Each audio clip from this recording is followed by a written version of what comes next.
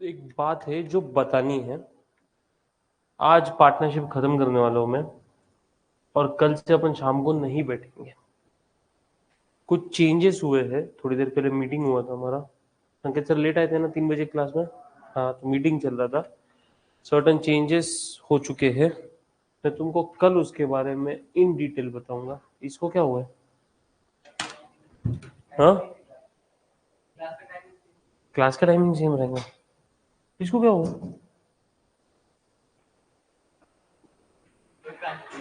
कोई खेल रहा था कैसे सर?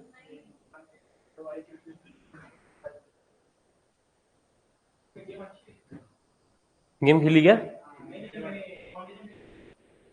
सीएमए फाउंडेशन में ये कहा था आपने? सीएस के क्लास में, हाँ वहां पे ईटी में था ना ये। अभी ईटी वालों को छोटा टीवी दिया है। और ये वो टीवी यहाँ पे लेके आए।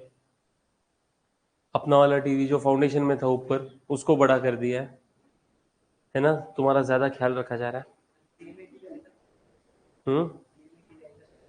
सीएमए के लिए? अरे ये बहुत पहले लिए हुए थे। तो उसका वो बोर्ड बोल के यूज करते थे ना। तो अभी जब ये वाला सिस्टम आया तो इसको कोई यूज नहीं कर रहा था, तो ये ऐसे ही पड़े थे। 2 टीवी थे ऐसे, तो फिर उसको अपन ने यूज में लाया, इसको एज इन स्क्रीन यूज कर रहे हैं। पहले बोर्ड यूज किया जा रहा था, अभी उसको स्क्रीन बोल के यूज कर रहे हैं। समझा गया? और कुछ डाउट?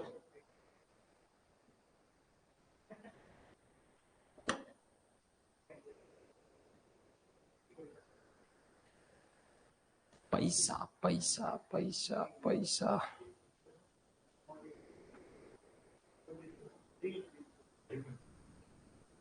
40। हाँ, 41 तक कंप्लीट किया ना। 42 होमवर्क दिया था ना मैंने तुमको। कर लेने का एक बार मन से। जरा बोलने का, सर तुमने नहीं किया लेकिन हमने, तुमने नहीं बोला लेकिन हमने कर दिया। हाँ, करो ऐसा कभी तो कुछ तो। हाँ,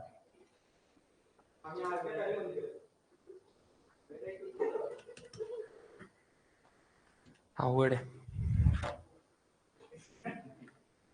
ऑनलाइन स्टूडेंट्स लॉग करते हो ऐसा? ऑनलाइन स्टूडेंट्स आवाज आ रही है क्या? करते log?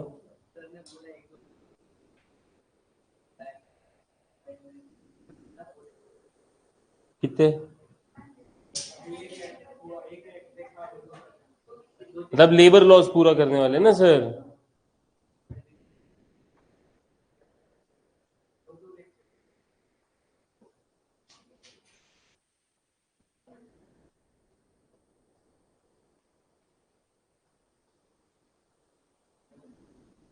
Illustration 42.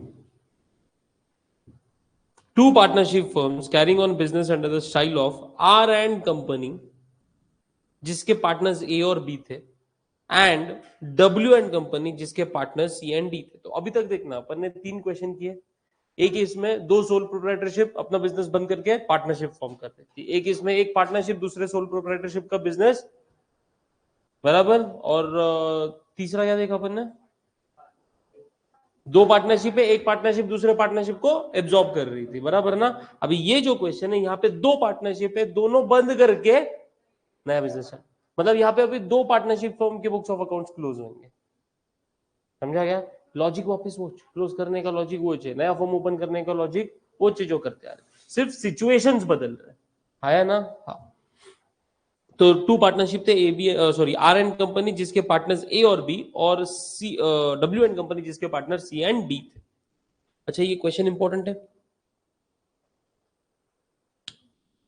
Decided to amalgamate into R W and company. इन्होंने बोला कि हम दोनों अपने बिजनेसेस बंद करके एक नया बिजनेस चालू करते हैं, आर डब्ल्यू एंड कंपनी, जिसके पार्टनर्स कौन होंगे? A B C and D. With effect from 1st April 22, the respective balance sheet of both the firms as on 31st March 22 दिया हुआ है आपको। R and company, W and company, ये पढ़ने का टाइम पे इसे लगता आर और डब्ल्यू दो सोल प्रोप्राइटर का दिया हुआ है ऐसा लगता है ना? एनीवेज, तो थोड़ा सा कंफ्यूजिंग हो जाता है ये वाला, पढ़ने के लिए कंफ्यूजिंग होता है ये, इसका सोल्यूशन कंफ्यूजिंग नहीं है बिल्कुल भी। हाँ, लेकिन इसमें कुछ इंपॉर्टेंट एडजस्टमेंट्स है। अगर देखेंगे तो कैपिटल बी का दिया है आर में और सी और डी का है डब्ल्यू में, डब्ल्यू एंड कंपनी में, और ए का कैपिटल का डेबिट बैलेंस था जो आर के इसमें आया हुआ। ओके, बैंक लोन है आर एंड कंपनी का, क्रेडिटर्स दोनों के, गुडविल डब्ल्यू एंड कंपनी का, मशीनरी आर एंड कंपनी की, स्टॉक दोनों का है, डेटर्स दोनों के है, कैश इन एंड डब्ल्यू के पास है, और कैपिटल का बैलेंस दिया हुआ। ठीक है ना, कोई दिक्कत है बैलेंस शीट पढ़ने में? नहीं। आगे बोला गया profit sharing ratio, A and B आपस में 1:2 बोल के बांटते थे, और सी एंड डी आपस में इक्वल बांटते थे 1:1 केस में।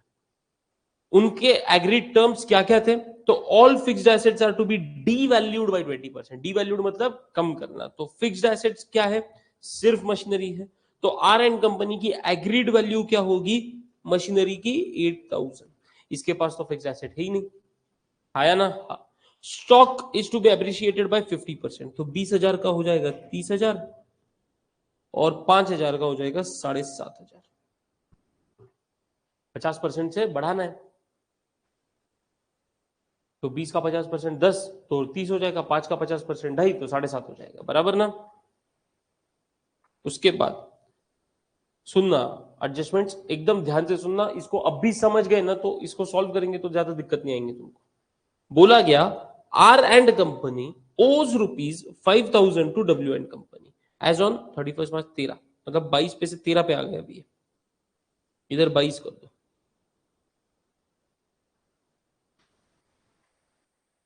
प्रिंटिंग मिस्टेक से है,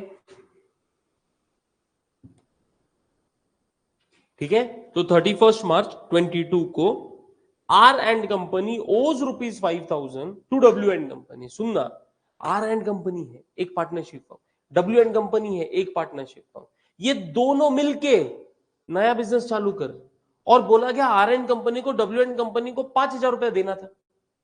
मतलब आर एंड कंपनी के बैलेंस शीट में क्रेडिटर्स में डब्ल्यू एंड कंपनी का 5,000 था, और डब्ल्यू एंड कंपनी के बैलेंस शीट में जो डेटर्स थे उसमें आर एंड कंपनी के नाम का 5,000 था।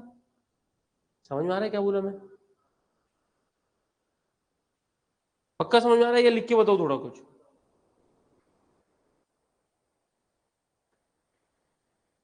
देख, एक फर्म है हमारे पास आर एंड कंपनी, दूसरी फर्म है डब्ल्यू एंड कंपनी, ये दोनों मिलके चालू कर रहे आर डब्ल्यू एंड कंपनी, बराबर ना? हाँ। अभी इनके एसेट्स दोनों के मर्ज होंगे, दोनों की लाइबिलिटीज भी मर्ज होंगी, बराबर?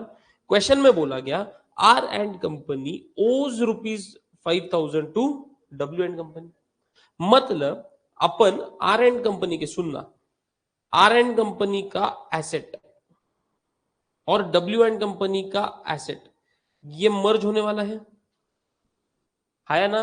और आर एंड कंपनी की लाइबिलिटी और डब्ल्यू एंड कंपनी की लाइबिलिटी मर्ज होने वाली है, बराबर? अभी आर एंड कंपनी बोल रहा कि मेरे को डब्ल्यू एंड कंपनी को 5,000 दे, तो आर एंड कंपनी के पॉइंट ऑफ व्यू से सोच, आर एंड कंपनी का जो भी बैलेंस शीट होगा, बैलेंस शीट के लायबिलिटी साइड में डब्ल्यू एंड कंपनी होगा 5,000, बराबर? और डब्ल्यू एंड कंपनी को तो आर एंड कंपनी से लेना है, तो डब्ल्यू एंड कंपनी के बैलेंस शीट के एसेट साइड में वो रिसीवेबल बताएगा आर एंड कंपनी के नाम से 5,000, बराबर ना? हाँ। मतलब इन दोनों के जब एसेट मर्ज होंगे तो आर एंड कंपनी को, सॉरी, डब्ल्यू एंड कंपनी को आर एंड कंपनी से 5,000 रुपए लेना, ये दिखना बताना पड़ेगा, समझ रहे क्या? और डब्ल्यू एंड कंपनी के लाइबिलिटी को जब मर्ज कर रहे तो बता, अभी दोनों बिजनेस एक होने वाले, तो खुद का एसेट खुद की लाइबिलिटी, समझ रहा क्या? हाँ। अभी इसमें से इन्होंने बोला कि आगे क्वेश्चन पढ़ना पड़ेगा, कुछ तो है, और this is settled at 2,000, this is settled at what? 2,000। मतलब बोला गया कि अपन इसको 2,000 रुपए, 5,000 की लाइबिलिटी ने इसको कट करो और इसको 2,000 बना दो, 2,000 2,000, बराबर? हाँ या ना? 3,000 माफ कर दिया। हाँ। तो अभी 2,000 परचेस कंसिडरेशन का कैलकुलेशन करना है, तो हम अभी आर एंड कंपनी के जब डेटर्स लेंगे ना, तो कितने के लेंगे टोटल? आर एंड कंपनी के, सॉरी, डब्ल्यू एंड कंपनी के डेटर्स कितने दिख रहे हैं? डब्ल्यू एंड कंपनी के 10,000, कितने के लेंगे? 7,000 के, ठीक है? और आर एंड कंपनी की क्रेडिटर्स कितने के दिख रहे हैं? 10 वो भी कितने के लेंगे? 7,000। समझा क्या परचेज कंसिडरेशन के टाइम पे? समझा पक्का ना? तो मैं यहाँ पे बैलेंस शीट में क्रेडिटर्स यहां पे लिख रहा हूं, आर एंड कंपनी के क्रेडिटर्स 7,000 और डब्ल्यू एंड कंपनी के डेटर्स 7,000। समझा गया? पक्का ना? हाँ। आगे बोला गया, तो ये एक इंपॉर्टेंट एडजस्टमेंट था। अच्छा इसमें है और goodwill is to be ignore, ठीक है ना बाबा? गुडविल है क्या इधर? हाँ है। 90 इसमें आएगा क्या? नहीं। परचेज कंसिडरेशन में आएगा क्या? नहीं, 0। इग्नोर करने को बोला ना। कई के लिए इग्नोर करो? नए फर्म के इसमें इग्नोर करो। पुराने फर्म का बुक्स ऑफ अकाउंट्स क्लोज करना है तो गुडविल को क्लोज करने के लिए उसको रियलाइजेशन में ट्रांसफर करना पड़ेगा। इसमें तो कोई दिक्कत नहीं होने वाली है ना? हाँ। फिर ये एडजस्टमेंट खत्म। अभी ये भी चलिए, तो इजी था। The fix capital accounts in the new firm R W and company में हर एक पार्टनर के कैपिटल फिक्स है। क्या है? 2,000, 3,000, 1,000, 4,000। ये कैपिटल बैलेंस रहेगा। मतलब न्यू बैलेंस शीट जब बनाऊंगा ना मैं, तो उसमें कैपिटल अकाउंट आर क्या क्या है, ए बी सी डी। समझा गया? ये अमाउंट लिख दूंगा 2,000, 3,000, 5, 6 और 4, 10, 10,000 आउटर कॉलम में लेके चल जाऊंगा। मेरे को इसको कुछ कैलकुलेट करने की जरूरत नहीं। समझा क्या? हाँ। आगे बोला गया, mister B takes over bank overdraft. अगर बैलेंस शीट देखे तो इधर बैंक लोन है, बैंक ओवरड्राफ्ट क्या बोल रहे हैं? ठीक है ना, बैंक लोन है। ये कौन लेके गया? बी। तो इधर मैं बी लिख देता, इधर मैं बी लिख। परचेज कंसिडरेशन में आएगा क्या ये? नहीं आएगा। परचेज कंसिडरेशन में 0 लेंगे क्योंकि बी लेके जा रहा है, न्यू फॉर्म नहीं लेके जा रहा है इसको। बराबर ना? मतलब बी पे करेगा इसको। आगे बोला गया, and contributed to mister A the amount of money to be brought in by mister A to make up his capital contribution. A का कैपिटल कॉन्ट्रीब्यूशन कितना होना चाहिए था? 2,000। ए का कैपिटल कॉन्ट्री क्या हो गया इसको? अरे पेंसिल कनेक्टर का क्या लेना देना? तुम मेरे कनेक्टर के पीछे पड़ गए रे। जब तक वो पूरी तरीके से काम करना बन नहीं होगा ना, मैं तब तक नहीं बदलूंगा उसको। हाँ मारवाड़ी है भाई। 1 मिनट खाली चार्ज हो रही पेंसिल। अरे सादा रिमोट, अब मारवाड़ी का नहीं भाई, इंडियन से। ये रिमोट है, इसका सेल गया है, ये नॉर्मल काम नहीं करता। तो भी अपन फिर चलाते ना, फिर चलता भी है ना। बहुत दिन तक चलता है, तो काय को बदलने का? जब तक वो ऐसे पे नहीं आए ना, तब तक नहीं बदलने का उसको। हाँ चल, गर्म करने का मतलब कैसे गर्म करने का? गैस पे रखने का, ओवन पे रखने का, धूप में रखने का? अच्छा। अरे गर्म कैसे करने का? हाँ मतलब वो स्टीमर लगा के उसके सामने बैठने का? फिर भाप कैसे देंगे तू उसको?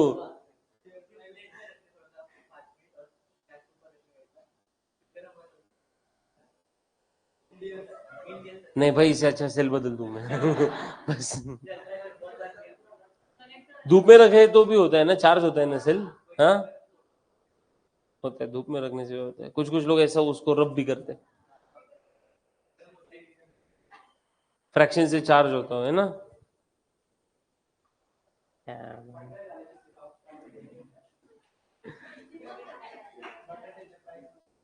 मैंने ना एक रील देखा था, उधर था इंजीनियरिंग किया एक बंदे ने, ऑनलाइन इंजीनियरिंग किया। वो क्या कर रहा था, एक है ना उसका एक स्विच बनाया उसने, कुछ वायर वायर जोड़े और यहाँ पे एक पंखा रखा हुआ है ना, एक फैन रखा हुआ है। तो वो स्विच ऑन करेगा तो फैन घूमना चाहिए, बराबर ना? इंजीनियरिंग कर रहा वो, लेकिन उसने इंजीनियरिंग ऑनलाइन की थी। तो स्विच ऑन कर रहा है, सेल घूम रहे। फैन नहीं घूम रहा। देखा?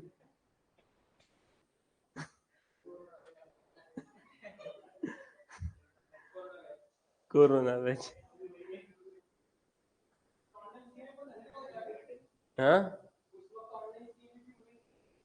उस वक्त हाँ एग्जाम्स, सीएमए के एग्जाम्स हुए थे ना। नहीं, इंटर के एग्जाम्स तो बहुत कैंसिल हो गए थे वो टाइम के, खाली सीए इंस्टीट्यूट ले रही थी एग्जाम, उनको वो अलग है वो इंस्टीट्यूट। अभी भी इतना इलेक्शन है, सब इतना बवाल हो रहा है कि 4 लाख बच्चा है जो वोट नहीं कर पाएगा, तो उनको चूज करना पड़ेगा वोट करे या एग्जाम दे। और वोट ऑब्वियसली कोई कोई लोगों के लिए बहुत मतलब मेरे टाइम पे अगर मेरा मान लो लेक्चर है उस दिन छुट्टी ही रहेगी, मैं शिरूर जाऊंगा वोट करने के लिए।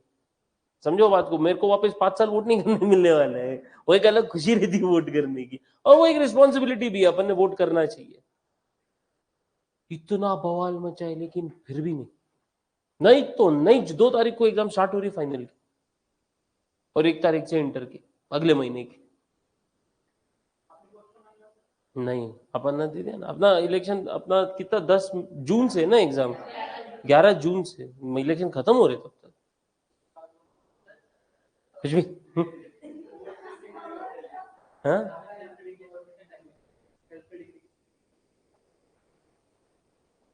तेरे को सेल्फ स्टडी करने के लिए कितना टाइम लगेगा?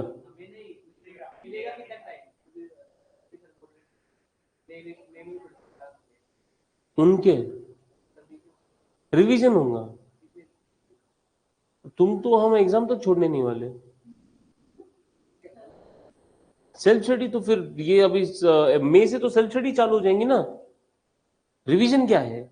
उसके बाद टेस्ट है, तो तुम घर पे तो पढ़ोगे ना, फिर मैराथन होंगे, फिर वापस फुल से। अभी तो चैप्टर वाइज कल टेस्ट है तुम्हारा, मैंने डाला है टेलीग्राम पे शेड्यूल, कल टेस्ट है तुम्हारा।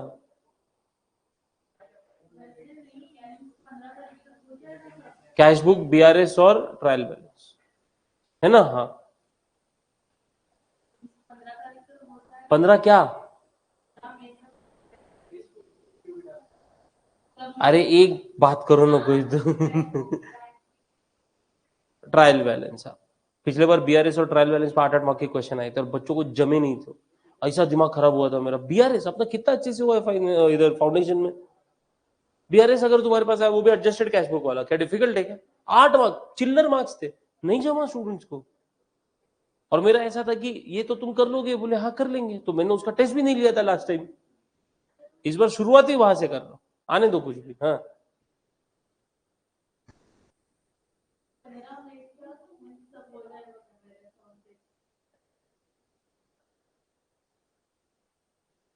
मैराथन 15 मई को कैसे होगा? मैराथन अगर एक हो सकता है कि अगर हम लोग रिवीजन ले रहे तो फिर मैराथन नहीं लेंगे, फुल सिलेबस ऑल सब्जेक्ट्स।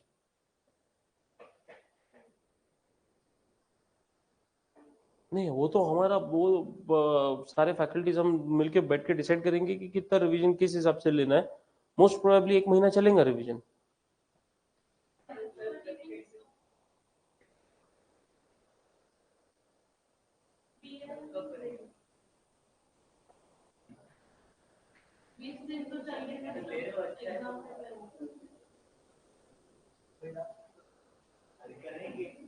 अरे तुम्हारा रिवीजन इतनी देर का थोड़ी होने, मेरे को तो समझ ही नहीं रहा, तुमको पीएल पीएल तुम बोल रहे, फिर यहाँ पे रिवीजन में हम क्या तुम्हारे से अलग कुछ भजन करवाने वाले क्या? माना ना मैंने, तो दिन भर कौन सा क्लास में बैठ रहे हो तुम लोग, अभी भी नहीं बैठ रहे, तब भी नहीं बैठने वाले। और एक बार सिलेबस खत्म हो गया तो फिर तो तुमको होमवर्क भी नहीं रहेगा कुछ करने के लिए, फिर तो खाली जो रिवीजन किया है उसको वापस तुमको, मैं तुमको होमवर्क करने को बोल रहा हूँ, वो क्या है? वो सेल्फ स्टडीज तो है। उसके हिसाब से अभी टेस्ट होगा तो वो तुम टेस्ट के लिए प्रिपेयर करोगे, अभी चैप्टर वाइज टेस्ट चल रहे, फिर चैप्टर वाइज तुम्हारा टेस्ट सेल्फ स्टडीज हो रहा, ये होने के बाद रिवीजन, उसके साथ फिर अपन फुल सिलेबस टेस्ट रखेंगे, उसमें भी तुम वापस पूरा सिलेबस पढ़ोगे, तो ये सेल्फ स्टडीज तो हुआ। मतलब इसके अलावा सेल्फ स्टडी और क्या रहती है, मेरे को समझ में नहीं आ रहा है, मतलब ऐसे कौन से तीर मारने के अपने को। और आप समझे क्या मैं क्या बोल रहा हूँ? तुम्हारा प्लानिंग हम कैसे करा रहे, अभी अपना जो सिलेबस है अप्रैल में खत्म हो जाएगा, लेकिन अप्रैल से अपन ने टेस्ट चालू कर दिए, ठीक है? तो जो पेंडिंग, जो एक प्रॉब्लम था कि सर पिछला हुआ है ना उसकी प्रैक्टिस नहीं हुई है तो वो याद नहीं आता, तो अभी ये अप्रैल महीने में वो पुराना जो भी हुआ है, तुम टेस्ट शेड्यूल देख लो, मैंने 18 अप्रैल तक अमालगमेशन तक के चैप्टर डाले हुए, तो 18 अप्रैल तक तुम्हारा अकाउंट्स का टेस्ट होने वाला है अमालगमेशन तक, तो पिछला पूरा रिवाइज हो गया, रिकॉल हो गया, सेल्फ स्टडी किए ना तुम लोग। और ऐसा भी नहीं है कि हर रोज टेस्ट है, अकाउंट्स का टेस्ट के बीच में मैंने 3-3 दिन का गैप रखा हुआ है, और 3-3 टॉपिक्स है, मतलब एक दिन एक चैप्टर रिवाइज कर सकते तुम, आया ना, तुमको उस तरीके से प्लान करना पड़ेगा। अच्छा 18 अप्रैल तक पूरा ना अभी तक जितना हुआ है वो सिलेबस रिवाइज हो गया तुम्हारा, सेल्फ स्टडी से हुआ ना, ये थोड़ी ना मैं ले रहा हूँ इसका लेक्चर अलग से, नहीं। तो ऐसा अप्रैल खत्म होते होते तुम्हारा पूरा सिलेबस रिकॉल हो जाएगा और टेस्ट भी हो जाएंगे उसके ऊपर, 2-2 3-3 चैप्टर करके, बराबर। उसके बाद लेंगे रिवीजन, रिवीजन में फुल सिलेबस रिवाइज होगा। उसमें तुमको मैं मेरा प्लान कर रहा हूं कि मैं तुम्हारे लिए कुछ एमसीक्यूज के लिए ऑर्गेनाइज कर रहा हूं कि तुम घर जाके ना एमसीक्यूज अपियर करोगे, समझा क्या? तो मैं या तो पीडीएफ शेयर करूंगा या तो फिर अगर एप्लीकेशन पे कुछ करते आए तो एप्लीकेशन पे वैसा करेंगे, तुम उधर आंसर दोगे, टेस्ट के जैसा होगा, तुरंत तुमको उसके मार्क्स मिल जाएंगे और क्या राइट है क्या रॉन्ग है ये भी समझ जाएगा। ये हो गया 30 मार्क्स का वहां पे प्रिपरेशन, फुल सिलेबस के टेस्ट रखने वाले। रिवीजन खत्म होने के बाद फुल सिलेबस के टेस्ट, वहां पे फिर तुमको एक साथ फिर एग्जाम के हिसाब से, जैसे आज पेपर है, फिर कल तुम एक ही ग्रुप देने वाले हो ना, तो आज पेपर है, फिर परसों पेपर है, तो एक दिन में तुमको, हाँ एक दिन छुट्टी है ना, तो 1.5 दिन मिलता है तुमको अगले पेपर को पूरा तरीके से रिवाइज करने को। तो उस माहौल में 1.5 दिन के गैप में तुम्हारे पेपर रखने वाले फुल सिलेबस के, और वो भी 2-2, समझा क्या? तो you will be very well prepared. और इसके अलावा तुम और प्रैक्टिस करो, प्रैक्टिस करने के लिए मना ही नहीं है, फिर जो भी डाउट्स रहेंगे वो डाउट सेशन रखेंगे अपन, या तो इंडिविजुअली फोन फोन कर, तुम फाउंडेशन के टाइम पे भी तो करते ही थे, फोन किया ही था तुमने, है ना? फिर तो इसके अलावा और प्रिपरेशन, मतलब ये तो हमारे पॉइंट ऑफ व्यू से हुआ। अभी इसमें अगर तुमको और एक्स्ट्रा करना है तो वो तो तुमको बचे हुए टाइम में मैनेज करना पड़ेगा ना। वी आर गारंटिंग यू कि हम तुम्हारे से क्या क्या करा के लेने वाले और किस हिसाब से कराने वाले। इसके अलावा तुमको और एक्स्ट्रा करना है तो यू हैव टू मैनेज, फिर वो तो तुम्हारा जैसा बाकी का टाइम बचता है उसके हिसाब से मैनेज करोगे तुम, समझा क्या? हाँ। और पीएल का लीव, पीएल पीएल चाहिए, पीएल चाहिए, कब तक मिलेगा, ये टेंशन ले रहे हो तुम, ये टेंशन लेके क्या मिलने वाला है, क्या हासिल होने वाला है? कल आप कितने बजे आओगे? हाँ अभी टेस्ट का टाइमिंग मेरे को तुमको पूछने का था, तो टेस्ट कितने बजे रखे? मैं सोच रहा हूँ 6:30-7 बजे रखते शाम को टेस्ट। मैंने सलोनी मैम को बोला था कि टेस्ट के डेट्स क्लैश मत होने देना। लॉ का मतलब सर ने पर्सनली रखा है या नहीं, तो फिर सर को चेंज करने को लगाना पड़ेगा। मैं बात कर मैं बात करता हूँ।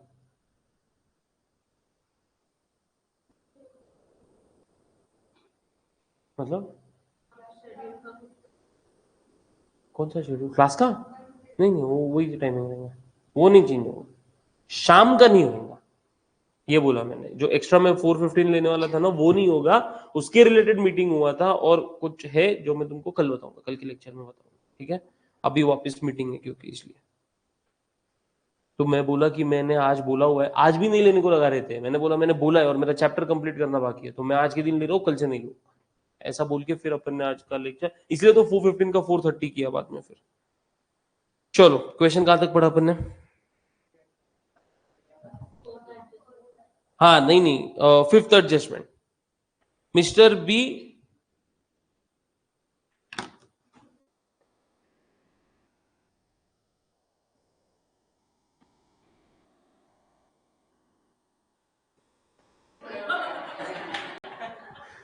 झपकी है।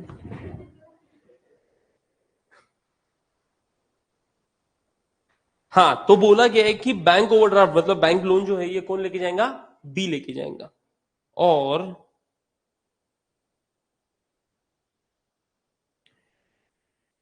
हाँ ये इसका डिस्कशन कर रहे थे अपन कि मिस्टर ए को कैपिटल बैलेंस कितना मेंटेन करना है? 2,000। मिस्टर ए का कैपिटल बैलेंस क्या है? 4,000 डेबिट, उसको 2,000 क्रेडिट मेंटेन करना है, उसका क्या बैलेंस है? 4,000 डेबिट। तो बोला गया कि ये सारे एडजस्टमेंट करने के बाद मिस्टर ए को एक्स्ट्रा जितना भी पैसा लाना पड़े उसका कैपिटल बैलेंस मेंटेन करने के लिए वो लाने की जरूरत नहीं है, वो कौन देगा? बी देगा। मतलब बी के कैपिटल अकाउंट को कम करेंगे उतने से और ए का कैपिटल अकाउंट बढ़ाएंगे, समझा क्या? पक्का? उसके बाद mister C is paid off in cash from W and company. अभी बात डब्ल्यू एंड कंपनी की, डब्ल्यू एंड कंपनी में बोला गया सी का कैपिटल बैलेंस कितना था? 10,000, उसको कितना मेंटेन करना है? 1,000, समझा क्या? उसका ओरिजिनल उसके फॉर्म में 10,000 था लेकिन नवे फॉर्म में उसका 1,000 रहेगा, और भी कैपिटल एडजस्टमेंट्स है, तो उतने करने के बाद बोला गया सी का जो भी एक्स्ट्रा कैपिटल है उसको पे कर देंगे, उसको कैश में पे किया जाएगा फ्रॉम डब्ल्यू एंड कंपनी। और अगर कुछ कैश कम गिरी and mister D brings in sufficient cash to make up his required capital contribution, D का कैपिटल बैलेंस कितना है 4 और उसका ओरिजिनल कैपिटल बैलेंस कितना है 2, फिर कुछ एडजस्टमेंट्स भी है, तो बोला गया डी का जो कैपिटल बैलेंस ये ऑलरेडी कम है, उसको मेंटेन ज्यादा करना है, कुछ कैपिटल एडजस्टमेंट्स भी होने वाले हैं अभी बीच में, ये एडजस्टमेंट जो अपन ने देखे उसमें, ठीक है। तो जो भी अगर कम गिरेगा डी उतना कैश लेके आएगा, फिर कैश फर्म के पास कैश आएगा, बराबर ना, वो कैश यूटिलाइज करेंगे सी को पे करने। समझा क्या? These were the adjustments. बोला गया है necessary journal entries to close the books of the firm, that's it. दोनों के बुक्स में, नवे फर्म के बुक में एंट्री नहीं पास करने की, नवे फर्म का बैलेंस शीट नहीं बनाने का, दोनों फर्म्स को क्लोज करना है, क्लोज करने की एंट्रीज पास करनी है। तो चाहे एंट्री है चाहे अकाउंट है, लॉजिक तो वही है, अप्रोच तो वही है ना। तो सबसे पहले आर एंड कंपनी, लेकिन सबसे पहले क्या कैलकुलेट करेंगे? Purchase consideration. तो question number 42 page number 389, calculation of purchase consideration.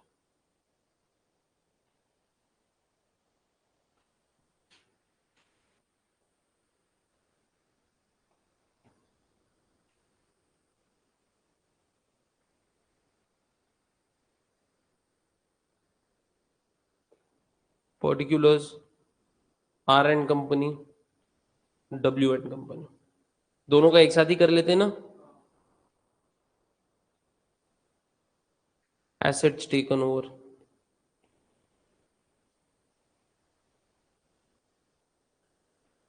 Question देखो बैलेंस शीट में, गुडविल तो 0 है, जिसका है उसका भी 0 करने को बोला है।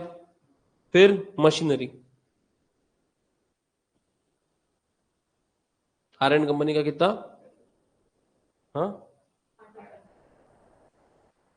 और डब्ल्यू एंड कंपनी में तो था ही नहीं। उसके बाद स्टॉक 30 और 7.5, स्टॉक 30,000 7,500। उसके बाद डेटर्स 10,000 7,000। नहीं लेंगे कैश, कैश रहने से नहीं वाला है। क्यों नहीं रहने वाला बोल? सी को पे करने का है ना, तो कैश रहने से नहीं वाला है। कैपिटल जान दे, और कुछ है क्या? तो minus liabilities taken over, liabilities अगर देखे तो क्रेडिटर्स 7 और 9.5, क्रेडिटर्स माइनस करेंगे 7 और 9.5। जेपा क्या? बस बैंक लोन बी लेके जा रहा है, बैंक लोन नहीं आएगा। देयरफॉर परचेज कंसिडरेशन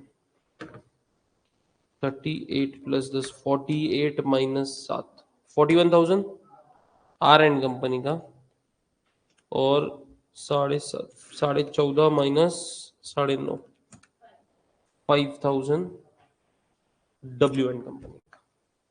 तो अभी परचेज कंसिडरेशन के कैलकुलेशन में भी कोई प्रॉब्लम नहीं अपने को, पक्का ना? चलो, in the books of R and company,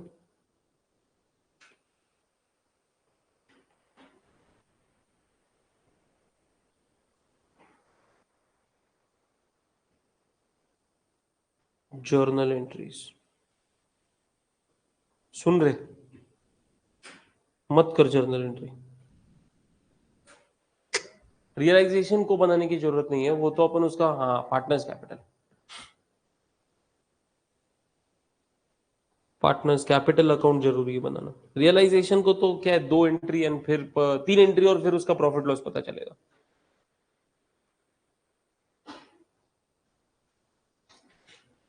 partner है ए और बी, पार्टनर है ए और बी, और फिर बना जर्नल एंट्रीज। न्यू फर्म की भी जरूरत नहीं, वो तो क्लोज होने वाला अपने को मालूम है। सबसे पहले पार्टनर्स कैपिटल में बैलेंस पोस्ट कर दे, एक आएगा क्रेडिट में, एक आएगा डेबिट में। 19 क्रेडिट में, 4 डेबिट में। ये क्या हो गया?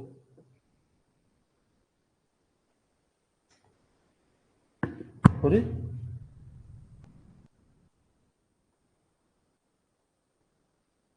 मेरे इधर का ब्लू कलर का व्हाइट कलर हो गया।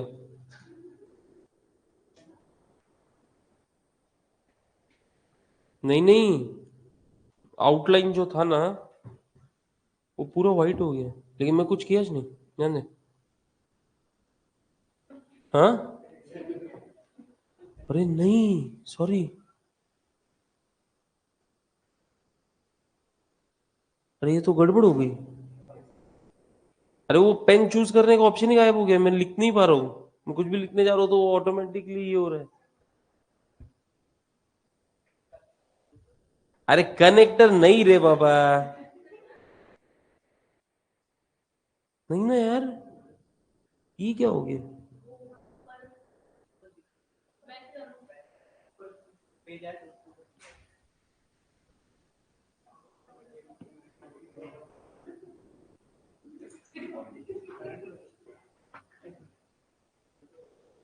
ये क्या कर दिया मैंने?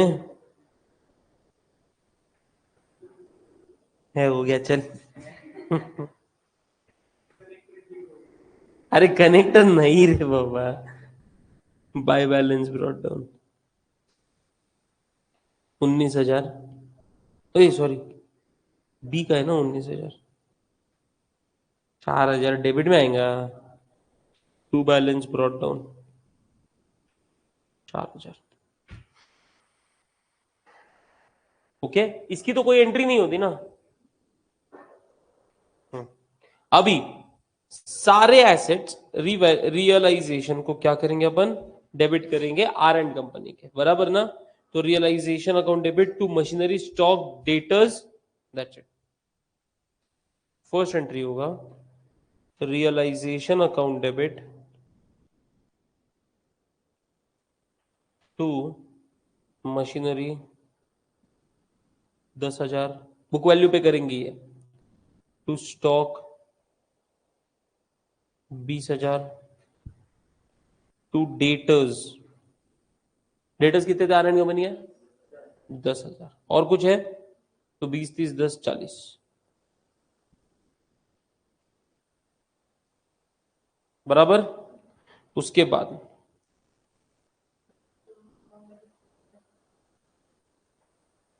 सारे लाइबिलिटीज जो है वो रियलाइजेशन में ट्रांसफर कर देंगे। तो bank loan account debit, creditors account debit to realisation account 15,000, creditors 10,000 के, तो हो गया 25,000। तीसरा, अभी इसका जो पेमेंट है, इसका जो पेमेंट है, मतलब बैंक लोन कौन लेके गया? बी लेके गया, उसकी एंट्री करनी पड़ेगी ना। तो बैंक, हाँ, realisation account debit to B's capital account, to B's capital account 15,000, 15,000। और अपने पास पार्टनर्स कैपिटल है तो उधर क्रेडिट कर देंगे बाय रियलाइजेशन अकाउंट, ब्रैकेट में लिख देंगे bank loan 15,000, bank loan 15,000। Okay. अच्छा सुन ना, एक और चीज, मैं ना यहां पे लिख रहा टू, नया फॉर्म का नाम क्या था? क्वेश्चन में दिया है कुछ? R W, to R W and company. A का बैलेंस कितना था? 2,000। और बी का कितना होना चाहिए था? 3,000। ये गिवन है ना, गिवन लिख देता हूं मैं यहाँ पे।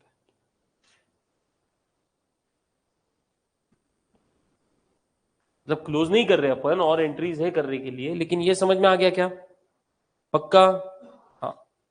उसके बाद फोर्थ, परचेज कंसिडरेशन कितना है? 41,000। इसकी एंट्री क्या होगी?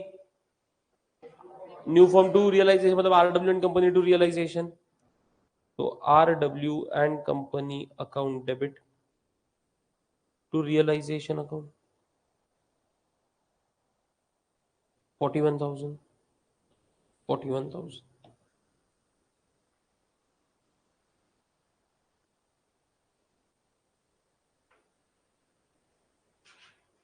हो गया। चलो एडजस्टमेंट एक बार पढ़ लो। एसेट्स को डिवैल्यू कर दिया, स्टॉक को बढ़ा दिया, आर एन कंपनी का खाली आर एन कंपनी का इंटरनल था वो कर दिया, फिक्स कैपिटल कर दिया, mister B takes over bank overdraft ये कर दिया।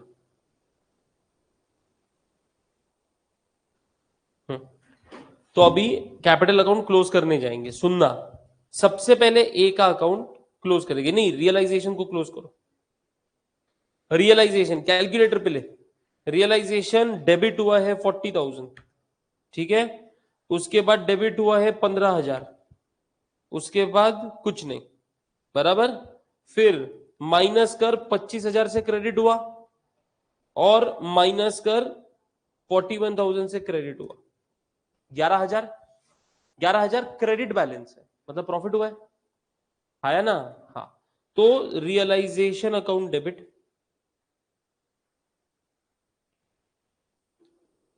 To A's capital to B's capital. अच्छा, रेशियो क्या था? 2:1 या 1:2? तो 1/3 इसको और 2/3 इसको, 11,000। पक्का 11 है ना? एक बार क्रॉस चेक कर लो वापस, पक्का ना? तो 11,000 इंटू, हाँ, डिवाइडेड बाय 3, 3,667 इंटू 2, 7,333। रियलाइजेशन का प्रॉफिट लॉस डिस्ट्रीब्यूट कर दिया, पीएल में ट्रांसफर कर, बाय रियलाइजेशन ब्रैकेट में प्रॉफिट 3,667 और 7,333।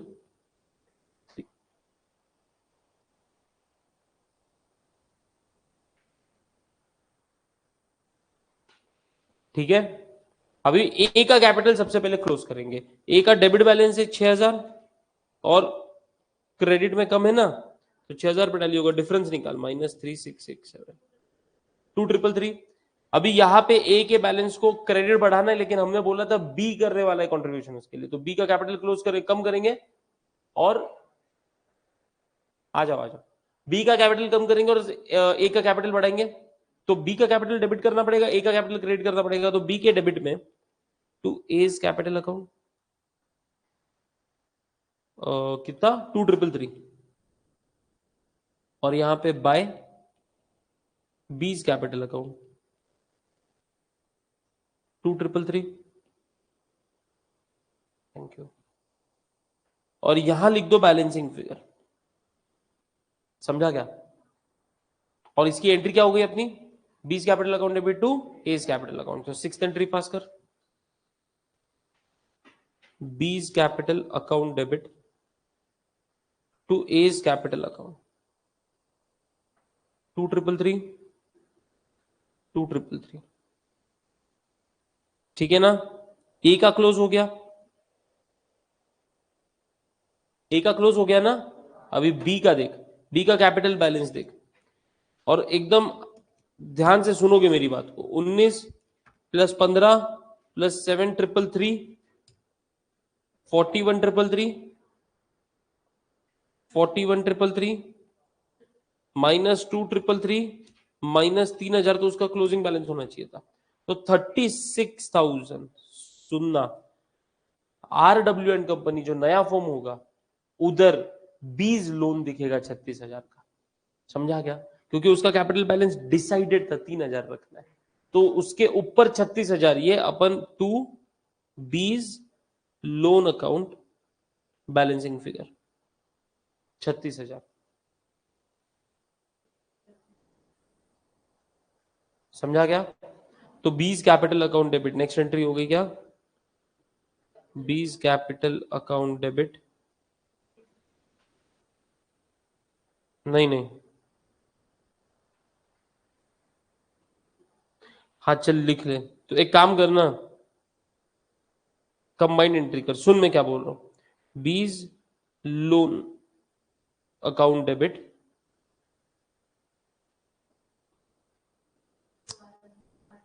To RW and company account 36,000 36,000।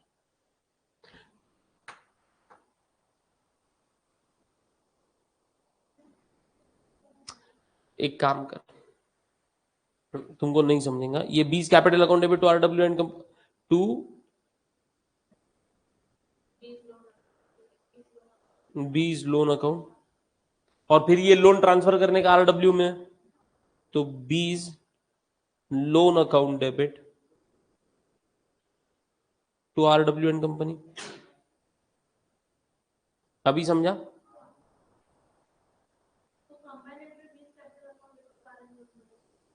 बीज capital account debit RW and company. हाँ ये हो गया। सुनना, अभी ये कितने एंट्री हो गए? 8। एक एंट्री और बाकी, ये एंट्री समझ गई? 36,000 ट्रांसफर कर दिया, हाँ। बी का कैपिटल कम करके ए का कैपिटल बढ़ा दिया, हाँ। अभी ए का कैपिटल अकाउंट बैलेंस शो कर रहा है 2,000 और बी का कैपिटल अकाउंट बैलेंस शो कर रहा 3,000। ये RW एंड कंपनी में कैपिटल बनने वाला, तो एंट्री हो गई क्या? A's capital account debit, B's capital account debit to RW and company account. समझा क्या? तो 9th entry A's capital account debit, क्या लास्ट है ना ये, B's capital account debit to RW and company account 2, 3, 5।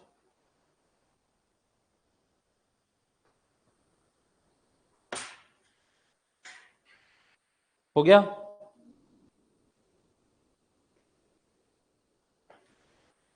अभी in the books of W and company उसका close करना है ना, ये तो सिर्फ ए और बी का हुआ, सी और डी का भी तो क्लोज करना है। हाँ होमवर्क कुछ भी एडजस्टमेंट है उसमें, एडजस्टमेंट है ऐसा ही, लेकिन उसमें एक एडजस्टमेंट है ना जो करानी पड़ेगी तुमसे यहाँ पे। इन the books of W and company क्या बनाएंगे? पार्टनर्स कैपिटल और फिर जर्नल एंट्रीज। परचेज कंसिडरेशन का तो कैलकुलेशन हो गया।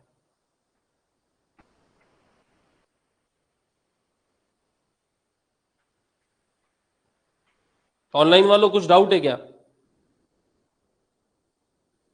सर कनेक्शन ही नहीं बैठ रहा, क्या बोल रहे तुम, कुछ सही जेपी नहीं रहा, ऐसा फील हो रहा है क्या?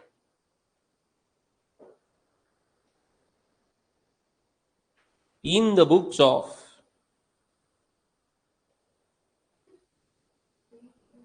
W and company, W and company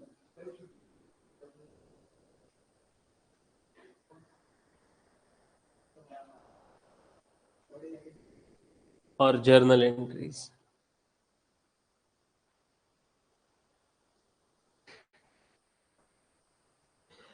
क्या हुआ पता है क्या?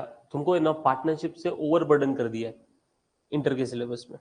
इसमें से कुछ सिलेबस फाउंडेशन में होना चाहिए था, जैसे एडमिशन रिटायरमेंट डेथ तक फाउंडेशन में होना चाहिए था। उसके एडवांस क्वेश्चन जैसे एडमिशन कम रिटायरमेंट, समझा गया, वो इंटर में होना चाहिए था। फिर तुम्हारा डिसोल्यूशन इंटर में होना चाहिए था, अमालगमेशन इंटर में। तो तुम है ना पार्टनरशिप में फ्रेश रहते हैं। अभी 26 लेक्चर चल रहा है पार्टनरशिप का, तुम खुद ही बहुत ज्यादा, तुम बस सर कब से पार्टनरशिप पार्टनरशिप पार्टनरशिप ही चल रहा है, बर्डन ज्यादा हो गया पार्टनरशिप का तुम्हारे ऊपर, अभी कुछ नहीं कर सकते।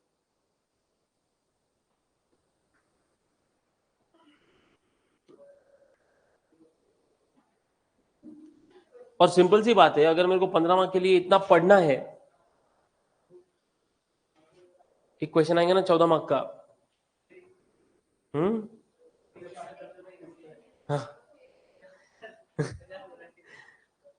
तो एग्जैक्टली वही तो है।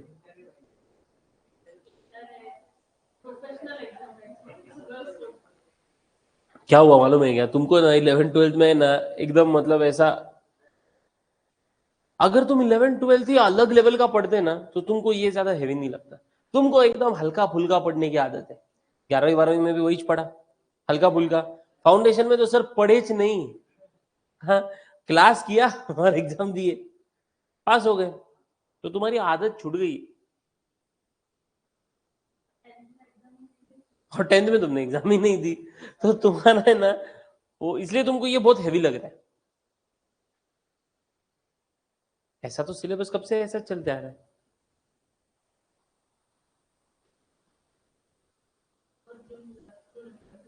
और जून अटेम्प्ट है, और तुम एकदम मोबाइल पे रील देखने में बिजी हो। माँ कसम, मेरे को ऐसा लग रहा था कि तुम कोई तो ऐसा, कोई तो एक मिलेगा जो बुक खोल के बैठे आएगा।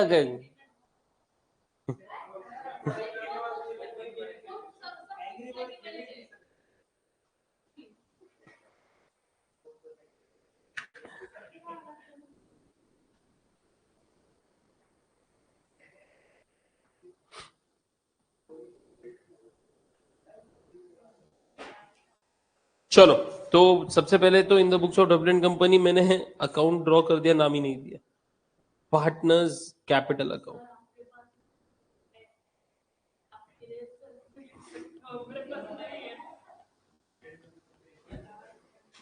अरे तो अभी मैं नाम नहीं लिखा अकाउंट का, तुमको मेरे जैसा छापने का कौन बोल रहा है। लिखा ना, हाँ, हाँ।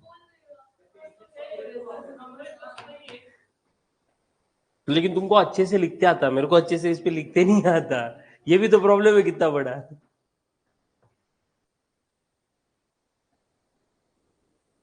मैं अगर मैं जिससे पढ़ा हूं उनको दिखाऊं ना कि मैं ऐसे लिखता हूँ, चिल्लाएंगे मेरे ऊपर, मानो बोले कैसे लिख रहे है तू। ये अभी क्या करूं इस पे, वैसे कितना भी ट्राई करो वो वैसा ही लिखा जाता है। प्रॉपर बुक पे लिखना इज डिफरेंट और इस पे लिखना इज डिफरेंट ना।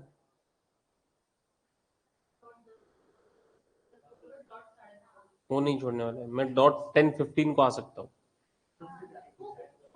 नहीं छोड़ते, नहीं छोड़ते।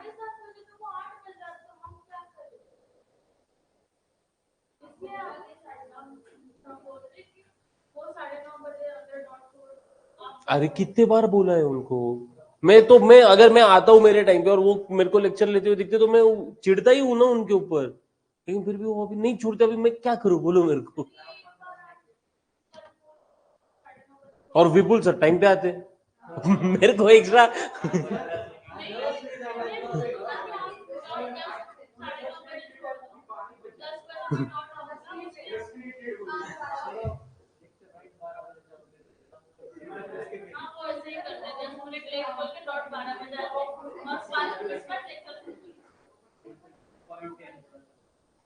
सबसे अच्छे तो संकेत सर लिखते हैं।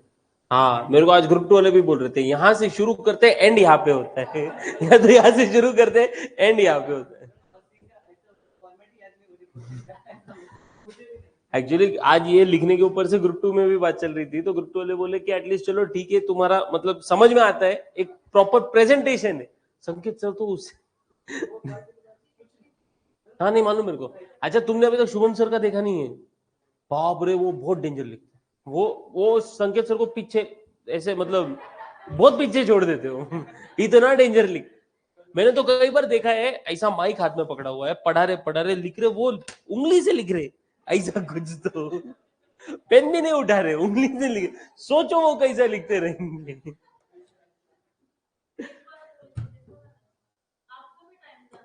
आज भी बात करता हूँ, आज नहीं तो कल मैं बात करता हूँ।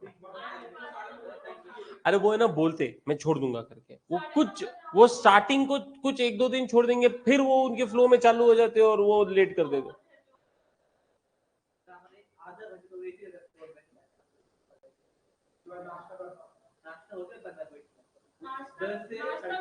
मैं हाफ एन आवर का ब्रेक तुमको इसलिए देना चाहता कि तुम ऑब्वियसली, एक तो मॉर्निंग टाइम है, मैं भी तुम्हारी जगह पे रहता तो मेरे को पहले लेक्चर के बाद मेरे को थोड़ा सा रिफ्रेशमेंट लगता ही लगता था, इसलिए मैंने तुमको वो हाफ एन आवर का स्लॉट वहां पे दिया था। तो वो 9:45-10 बजे छोड़ते, मैं उस दिन आया था 9:15 बजे भी तुम्हारा लेक्चर चालू है मेरे। हाँ, वो मैंने कल देखा उनके घर पे कुछ पूजा वूजा था। हाँ,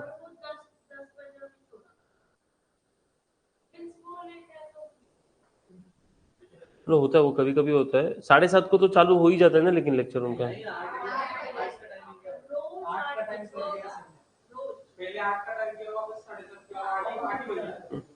हाँ तो ठीक है, एक काम करते ना, उनको 8 to 9:45 लेने दो, तुम हाफ एन आवर का ब्रेक लो, मैं 10:15 को स्टार्ट करता हूँ। ये सिलेबस है इसलिए मैं बोल रही हूँ कि आप 10 से 10 11:45 लो क्योंकि आपका लेक्चर बहुत छोटा होता है। हाँ, एक और दो ही क्वेश्चन। अरे ये तो बड़े क्वेश्चन चल रहे हैं ना, इसकी वजह से। चलो ठीक है ना, कोई बात नहीं, मैं बात करता हूँ उनके साथ। एक दो दिन में कर देते हो फाइनल, 10 बजे से मैं कर देता हूँ, ठीक है? एक दो दिन का टाइम तो खाली उनसे बात करके। अरे भाई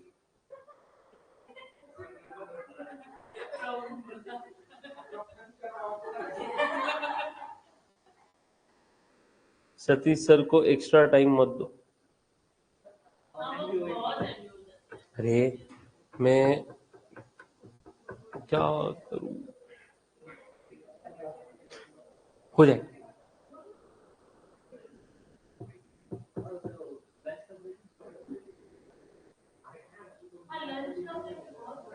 लंच का ब्रेक कितना बड़ा होता है? एक घंटा तो जाते हैं। विपुल सर 2:15 छोड़ते हैं। और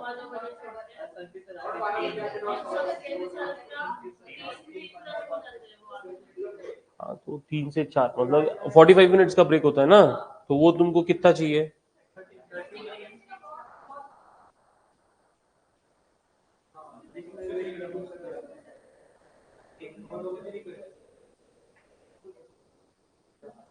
ठीक है चलो करते हैं, डिस्कस करते हैं अपन उसके बारे में। मेरे को समझ गया, मैं सतीश सर से बात करता हूँ, मेरे को एक दो दिन का टाइम दो, उसके बाद नॉर्मल इस पे लेके आते हैं। लेकिन वो अभी जो भी है मैं उनसे बात करके आपको बताता हूँ। विपुल सर तो टाइम के साथ चलते हैं, रिलैक्स गाइस, अपने पंकज सर मैनेज कर लेंगे। तो ऋषिकेश, हाँ तो बाय बैलेंस ब्रॉट डाउन, सी और डी का बैलेंस बोलो।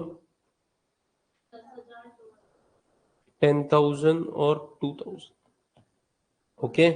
उसके बाद फर्स्ट एंट्री सारे एसेट्स एक साथ, क्या करूं भाई को, भाई को वो न्यू फॉर्म में नहीं लेना है, न्यू फॉर्म में इग्नोर करना है।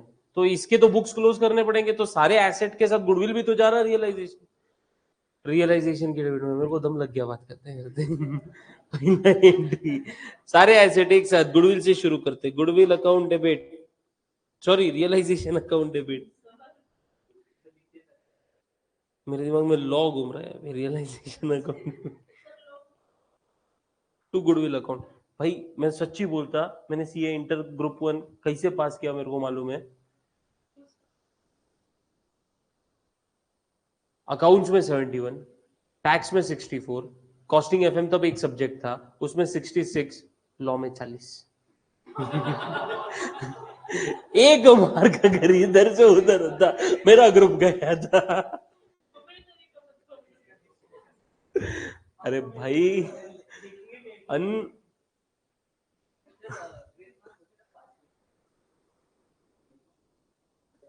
कौन से अपने प्रोफेशनल एग्जाम में ग्रेस मार्क 20 मार्क, मेरे को ये सब मिथ लगता है, ऐसा कुछ नहीं है।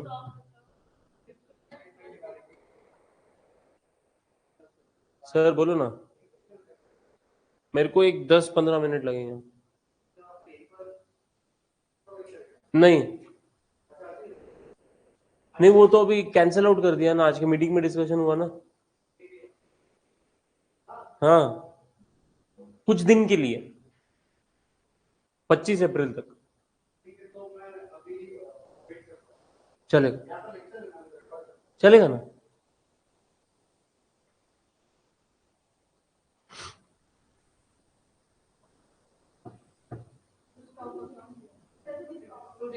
गुडविल को क्रेडिट किया कितने से? अरे मेरे को अमाउंट बोलना पहले। टू स्टॉक अकाउंट,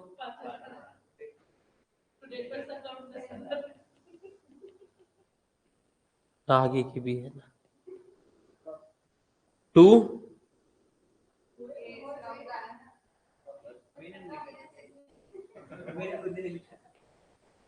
तो 20,000 बस।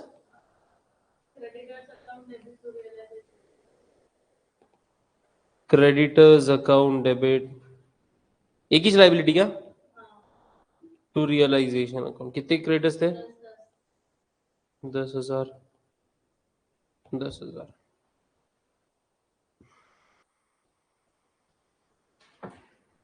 इधर एडजस्टमेंट सी और डी का तो खाली इनका इंटरनल एडजस्टमेंट था ना, ठीक है। तीसरा रियलाइजेशन को क्लोज कर दे, 10,000 रुपये बटेगा दोनों में, डेबिट इज ग्रेटर, तो सीज कैपिटल अकाउंट डेबिट। ए नहीं, एक मिनट, क्या बात कर रहे हैं, परचेज कंसिडरेशन की entry, R W and company account debit to realisation account. कितना था परचेज कंसिडरेशन? 5,000, 5,000। हाँ, अभी क्रेडिट में 15, डेबिट में 20, 5,000 है। तो realisation, sorry, C's capital account debit. तुम अपना दिमाग तो लगा नहीं रहे, डीज क्या खाली छापने का काम कर रहे हो। To realisation account 5,000, profit sharing ratio क्या था? तो 2,500, 2,500।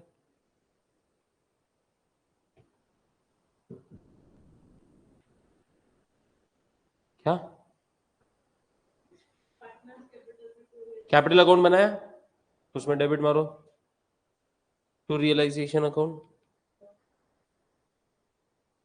ब्रैकेट में लॉस, 2.5, 2.5। हो गया ये, 4 एंट्री खत्म। मेरे को एडजस्टमेंट पढ़ने दो। ये हो गया all fixed assets, all stock हो गया। Mister C is paid off in cash from W and company, ठीक है। तो सी का बैलेंस देख, डब्ल्यू एंड कंपनी में सी का बैलेंस देख,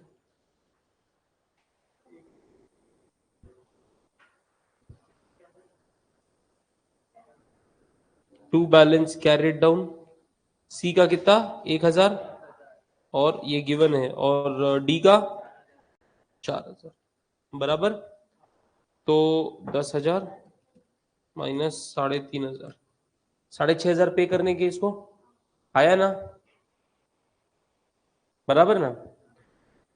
लिख दे यहाँ पे to cash account balancing figure 6,500।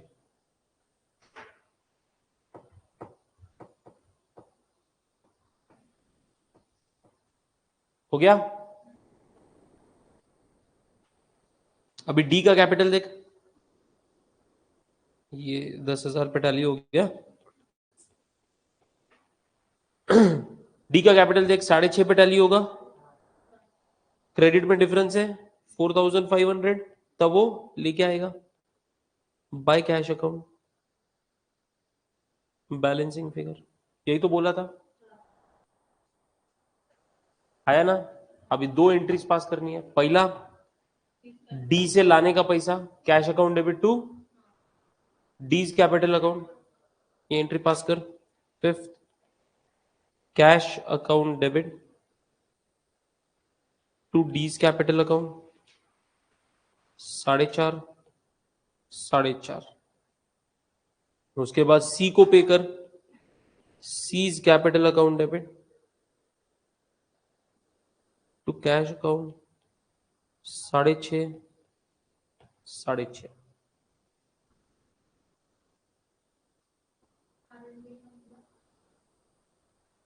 हो गया। अभी ये जो क्लोजिंग बैलेंस है इसका एंट्री पास करना पड़ेगा, बराबर ना। तो हाँ, इधर आर डब्ल्यू एन कंपनी होना चाहिए। तो 7th एंट्री होगी, C's capital account debit 1,000, D's capital account debit 4,000 to R W and company account 5,000। That's it, हाँ, हो गया।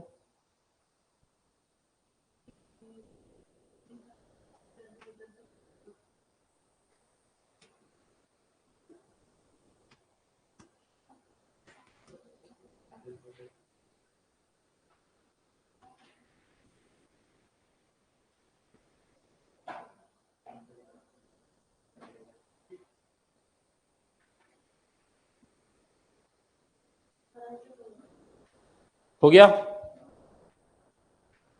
हो। तो क्वेश्चन नंबर हमारा 42 is also completed. Question number, इसके सॉल्यूशन इतने बड़े बड़े हो जाते ना.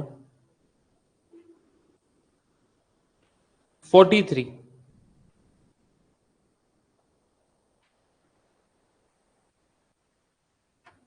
A and B are independent business in provisions of their position that is reflected in the balance sheet given below. Stock है, debtors, cash at bank, cash in hand, furniture fixture, investment.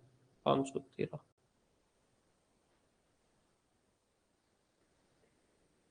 Investment, फिर sundry creditors for purchases, expenses, capital account दिए. Both of them want to form a partnership firm. मतलब यहाँ पे दो sole proprietor मिलके partnership firm चालू कर रहे हैं, अपने अपने बिजनेस क्लोज करेंगे. Capital of partnership would be ₹3 lakhs, which ये हुआ है क्या? The assets of the individual business would be evaluated by C at which values. ये हुआ है क्वेश्चन. फर्स्ट क्वेश्चन देख, 39 वाला क्वेश्चन देख, क्वेश्चन नंबर 39. मैं ऊपर नहीं जाता, तुम तुम्हारे बुक में पीछे जाओ. अरे मतलब बहुत स्क्रॉल करना पड़ता. नहीं, कैसे अलग है? प्रेजेंटेशन क्वेश्चन का फॉर्मेट अलग दिया रहेगा, डेटा सेम है. 3 लाख है, 2:1 में डिवाइड करना है. 2 लाख कैपिटल, 1 लाख कैपिटल. ठीक है, ये 153 मेरे को याद आ रहा है ना, 153 है ना. हाँ, तो जान दो इसको, फली मार दो. अरे डबल है, होमवर्क ले लो.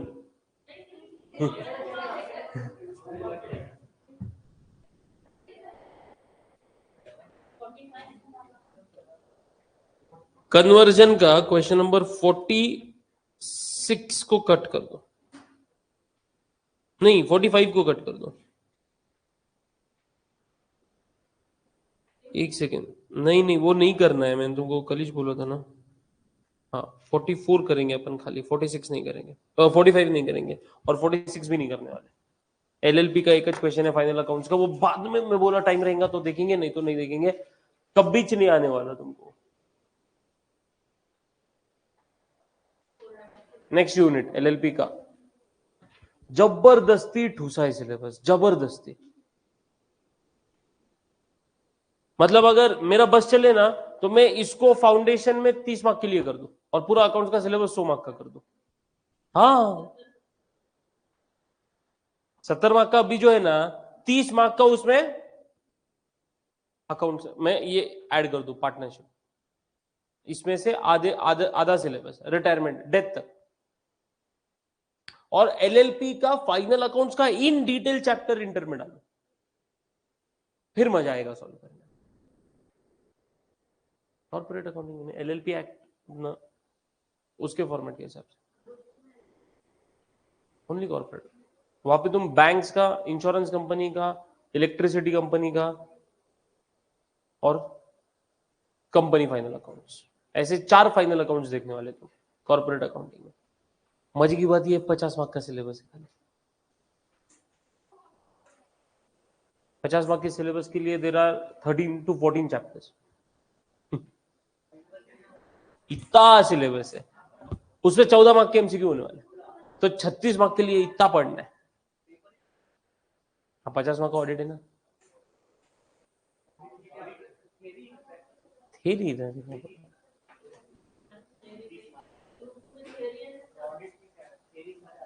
ऑडिट में, ऑडिट इनकम टैक्स ऑडिट, तुम्हारा टैक्स ऑडिट वही है ना पूरा. क्या चेक करोगे ऑडिट पे गए तो, कैसे चेक करोगे, कैसा ऑडिट रिपोर्ट होना चाहिए, तुम कैसे, ऑडिटर ने कैसे काम करना चाहिए, उसकी रिस्पॉन्सिबिलिटी क्या है, उसकी ड्यूटी क्या है. इंटरेस्टिंग है थियरी सब्जेक्ट, लेकिन प्रैक्टिकल लाइफ के ऊपर बेस्ड है पूरा. मजा आता है. वो अलग से 100 मार्क का होना चाहिए. ओएम ऐसा है ना.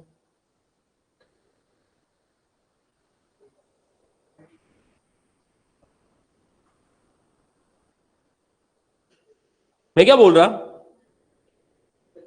ये कन्वर्जन को भी छोड़ देते अपन अभी के लिए. बहुत हो गया partnership. Will start with new topic. हाँ, अभी एक्स्ट्रा नहीं बैठने वाले अपन, मतलब संडे को बैठना पड़ेगा. दोनों नहीं है कुछ. हाँ हाँ हाँ वही ना. तो आज कल का संडे भी ज्यादा से लेना था, वो तो अपने को बैठते नहीं आया. मैं तो कल ही ये खत्म करने वाला था, आज नया टॉपिक स्टार्ट करने वाला था. एनीवेज, तो कल अपन नया टॉपिक स्टार्ट करेंगे. सुनो रे, कल नया टॉपिक स्टार्ट करेंगे. कन्वर्जन का एक क्वेश्चन संडे को जो भी अपना एक्स्ट्रा लेक्चर होगा उसमें कंप्लीट कर लेंगे. ये कन्वर्जन का एक क्वेश्चन पार्टनरशिप वहां पे एंड हो जाएगा.